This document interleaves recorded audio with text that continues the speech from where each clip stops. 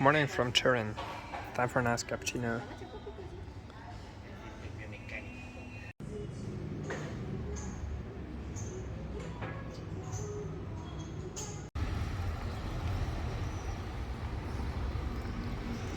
Right, beautiful Turin. We see references to the Roman past and the occult absolutely everywhere. There's lots of symbolism in the city. This might be the most mysterious and symbolistic city in the whole world. It's absolutely packed with references to the past and to mythicism.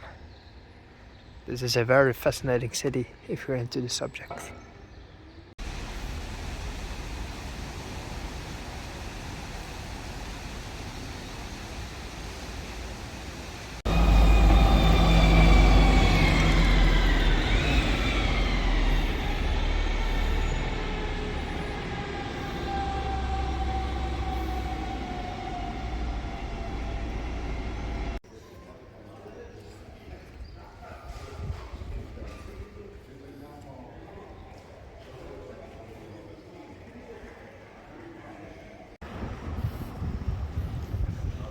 The city is very tidy.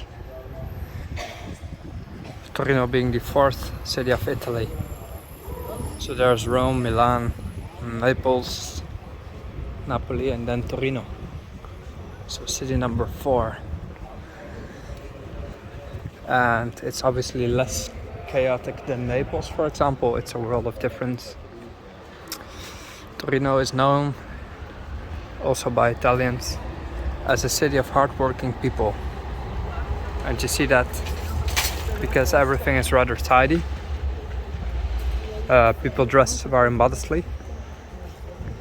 And that just goes to show the contrast with the rest of Italy, where it's slightly more chaotic perhaps and relaxed.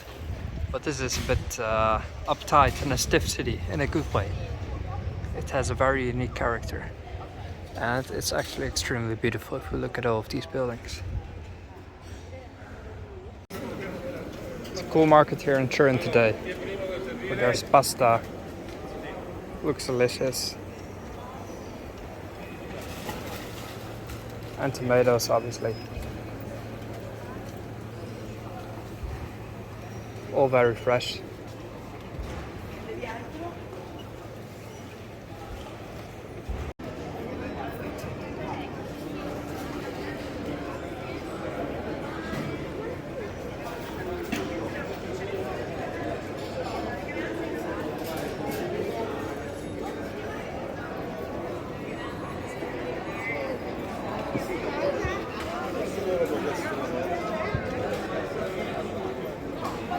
This is the Palatine Gate, primary evidence of the Roman city fortifications.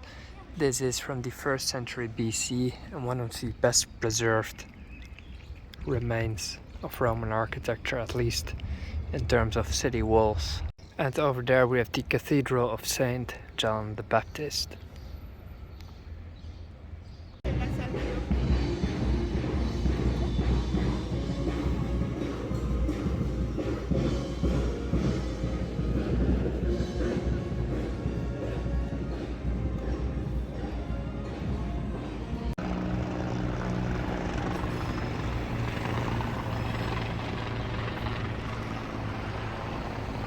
This is the Mole Antonelliana here in Turin.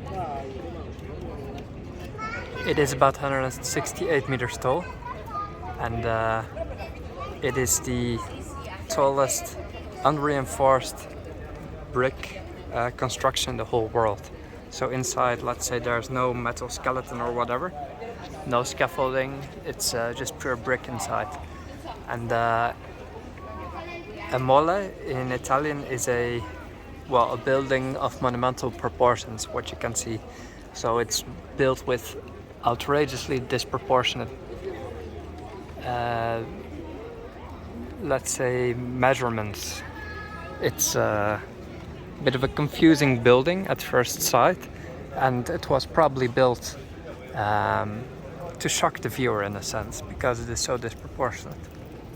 And Interestingly, it was built with the idea to become a synagogue, but it never was. It never was used as such because it led to budget issues. The Jewish community of Turin, which was once very big, had a certain budget for it, and the architect agreed, but eventually couldn't make it for that money. So the city took over the project, the synagogue was built somewhere else, and then the building was used for other purposes when it was eventually finished by the city budget. Very interesting. 1889. Incredible what they could do in these times.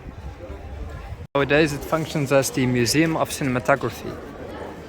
You can see how incredibly big this tower is. I would love to be on top, but that's not going to happen. Just look at it, wow. In case you didn't know, this building is featured on the backside of the Italian €2 cent.